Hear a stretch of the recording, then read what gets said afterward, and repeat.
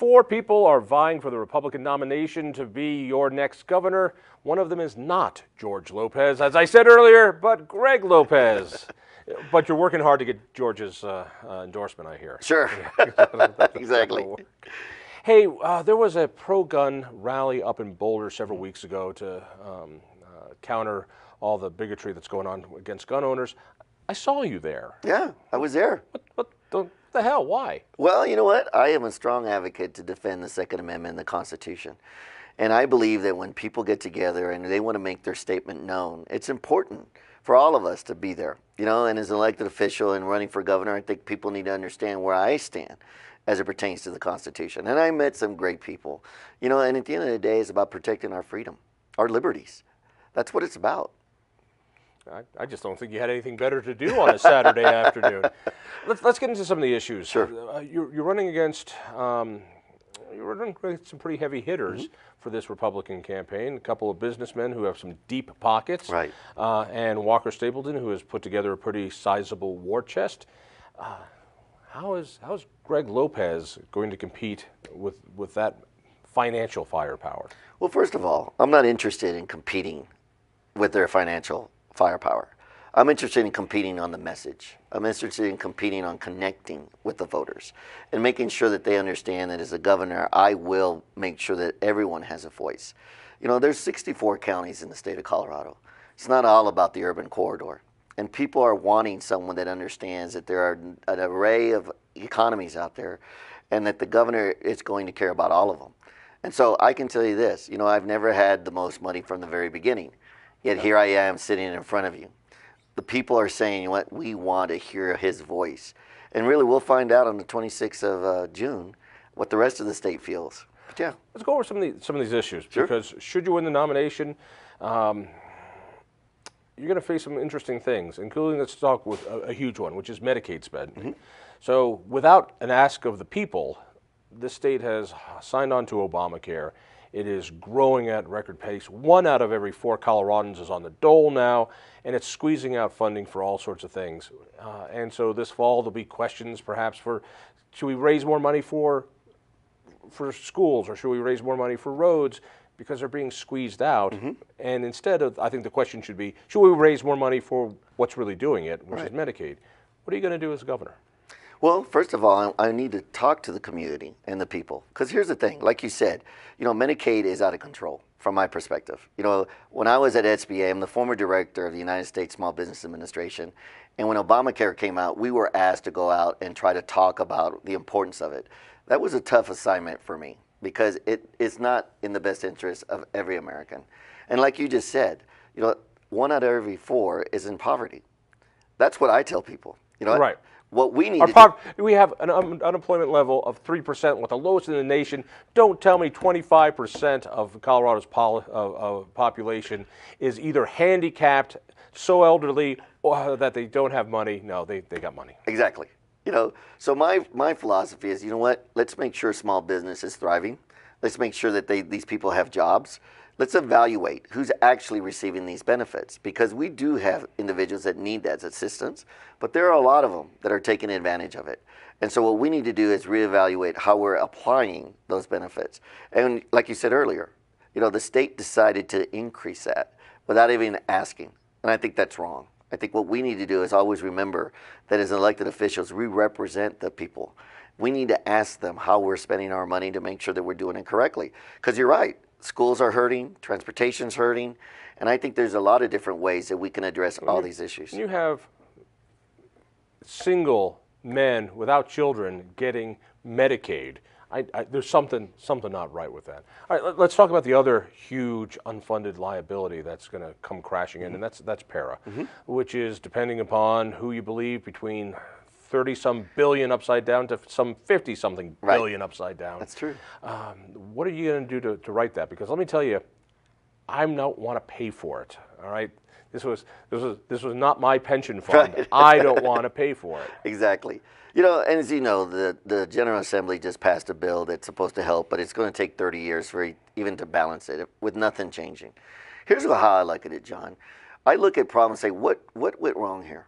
Where is really that started this whole thing? And I've concluded it's the Board of Trustees. We have to fix the Board of Trustees before we can actually fix the fund. Right now, there are 14 members of the Board of Trustees. The governor appoints 3. 9 of them are elected by the membership. So every decision they make, they benefit from. These are 9. So in other words, the majority of the board are people who are themselves answering to people who are getting the benefits. Exactly. Yeah. So in other words, give us more. Talk about a conflict of interest, right? What I'd like to do is develop another board on top of it, of 5 or 7 members that have no interest on necessarily where they're going to be benefiting from the decisions, but they're looking at the financial solvency of the program. They're looking at the investment products. They're looking at what is the fees that we're paying the fund managers. How are we managing these funds? And then look at bringing maybe 2 or 3 of the advisory board back up to that main board so that they can have a voice. But until we fix the Board of Trustees, we're going to continue to run into these problems. This is not the first time that PARA has found itself in What do a you city. think the new board, if you were able to do it, what is it that they would change about PARA? Or do you know? Well, they first will start changing the attitude, okay, about understanding the benefits. And, you know, when we talk about going from a defined contribution plan or a defined benefit plan, it's interesting because a lot of people will tell me, Greg, well, a lot of people don't understand defined contribution. It's like, well, wait a minute. These are teachers. These are smart people, and they need to learn this stuff because we are trying to help them understand how to make money. The idea is when you have a 401k, it's yours. Right. It's not going to go insolvent. It's yours. Nobody, Exactly. You're not paying other people out. Right. The pension fund pays other people as they go. You know, I'll say it over and over. When United Airlines went under as a private pension fund, my friends who were retired pilots got a half cut and then another half cut of their pensions while they were retired. Right. And I want to make sure that happens in the private sector. This is the public sector. Exactly. And I don't want taxpayers to be filling in because of the incompetence and over expectations of PARA's board. I totally agree with you. Totally agree with you. And so until we fix the board, we're not going to have people that can actually make those wise decisions. You know, and it's tough. I mean, when you look at it, right? We're talking about people's retirements. So we can't just say we're going to balance the balance sheet. We got to really evaluate what are we doing here for the next 20 or 30 years, and we got to fix it now from the standpoint of new people coming in. You know, so it's going to take a lot of discussion. You know, this didn't happen overnight, but we definitely need to make sure that we correct it. Chat a little bit about another hot button issue, which is very important for the primary that you're facing. That's the illegal immigration issue. And by the way, I'd like to see your papers because Sure. You know, I'm not certain. Right. And so there's a lot of push on sanctuary cities, and the next governor is going to have a strong position one way or the other. Cities are declaring themselves, no, you can stay here. I do not support sanctuary cities. I think they're wrong. Why? I think they're un-American. Look, I carry the Constitution of the United States in my pocket. I carry it because these are the documents that make our country great. And I truly believe that no one gets extra protection or extra rights. And I think when you do a sanctuary city, you're sending the wrong message that, you know what, we are going to allow people to have extra protection and extra rights. And I think as America, we don't want to do that. We start going down a slippery slope. You know, so as governor, I would talk to Mayor Hancock. You know, him and I know each other for over 20 years. You know, and I would ask him, what are you doing and why are you trying to do this? You know, because it sends the wrong message. And I will let everybody know that I do not support sanctuary cities. And look at what's happening in California. Would you sign a law that outlawed sanctuary cities and made sure, or said, if you're a sanctuary city, you're not getting money from the state? Yes, of course I would. You know, we need to make sure that we are a rule of law, right? And I would definitely, without hesitation, do that. Does that put you at odds with some in the Hispanic community? No, not at all. And people ought to know, for a while you were also the chairman and ran the Hispanic Chamber of Commerce. So you're very tied into the community. Yes. Why do you feel so confident? Because I can tell you that the Hispanic community is just like the rest of us. You know, they want to live in a safe community. They want to live in a place where they can create jobs and provide for their families. When you think about the sanctuary cities and how we're looking at it, you know, we are wanting to make sure that those that have broken the law, those that have done something that have harmed others, those are the ones that we want to make sure that we take care of and incarcerate or make sure that we take off the street. When you talk about a sanctuary city, you're allowing all those individuals to hide, you know, into the masses. And nobody wants that. Nobody wants those types of individuals to walk the streets.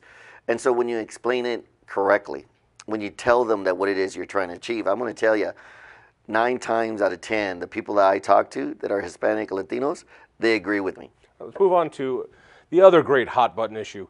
I don't know how you got here, but I bet there was some traffic along the way. As you know, I've been pushing an initiative to force the state to spend more money on the damn roads. Right. There's all sorts of proposals, of course, tax increases, et cetera. Right. Talk to me about the role of roads, because we need them, and I think the state's not funding them. They're not. Thanks to Medicaid. Right. Well, and the other thing too, right? What I'm seeing here is a lack of leadership that we've had over the last several years. When you talk about the growth of any state, you have to understand that growth means more traffic. Growth means more vehicles. You know, I told you I'm the former mayor of Parker, and I was the mayor and the city manager. So when we talked about development, we talked about growth, we always understood that we were going to put pressure on our existing transportation corridors. And when you look at right now, what do? We widen I-25, we widen I-70. It's the same corridors that we're looking at. And I think we're not using the money that CDOT gets correctly. I think there are alternative means for us to look at different corridors, but I'm a firm believer that if someone really understands how to utilize those funds, we're going to find those monies within CDOT, and we don't have to raise taxes. We don't have to go out to the people and ask them for additional money. There's also this ransom that gets paid to transit. Even Senate Bill 1 pays 15% ransom to transit to get some immediate funds, and then another 15% to go to slush funds for cities. I'm tired of being held hostage. RTD has spent more money as of late for this one district, and they carry 2.5% of the commutes. They have spent more than, well, almost double of what CDOT does for the entire state. That's correct. We spend so much money on transit. What are you going to do about it? Well, first of all, or is that something you want to continue? No. Look, CDOT's about transportation and highways and roads. It's not about transit. You know, for me, we need to make sure that we're funneling traffic. We're funneling commerce. And that's the other thing. When I go out to rural Colorado, it's one of those things that, you know, they struggle with their roads. People want to learn more about the campaign, get in touch with you. Where do they go? Go to Lopez for Governor, F-O-R, not the number 4, lopezforgovernor.com. And give a few bucks, right? Right, yeah, always. Greg, thank you. Thank you. Listen for me on KHOW Radio. Read me in the Denver Post. Check out the Independence Institute at thinkfreedom.org. We'll see you next week.